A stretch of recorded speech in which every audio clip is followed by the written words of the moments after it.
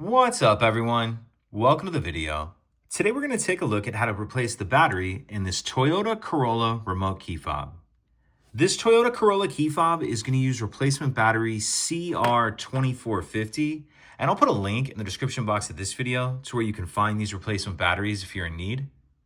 So the first thing I'm going to do is grab the key fob, and I'm going to remove the emergency key that's in the bottom of it.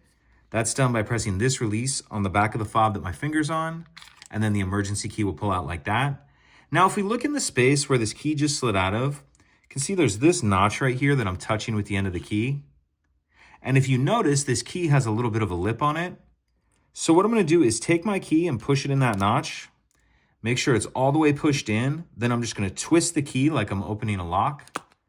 And as I do that, you can see it opens the case. Then I'll flip it over so my buttons are facing down and pull the back off. And then we can see our battery right here. And I'll use my key to get under the edge of the battery right here and pop it out of that holder. Then I'll grab my new replacement battery, and you want to make sure that you're installing that with the plus side up, positive side up. And I'm going to tuck this edge in first like that, and then snap it down into place. And if your circuit board has shifted around in this clear rubber piece at all, make sure that's sitting down in there where it needs to be.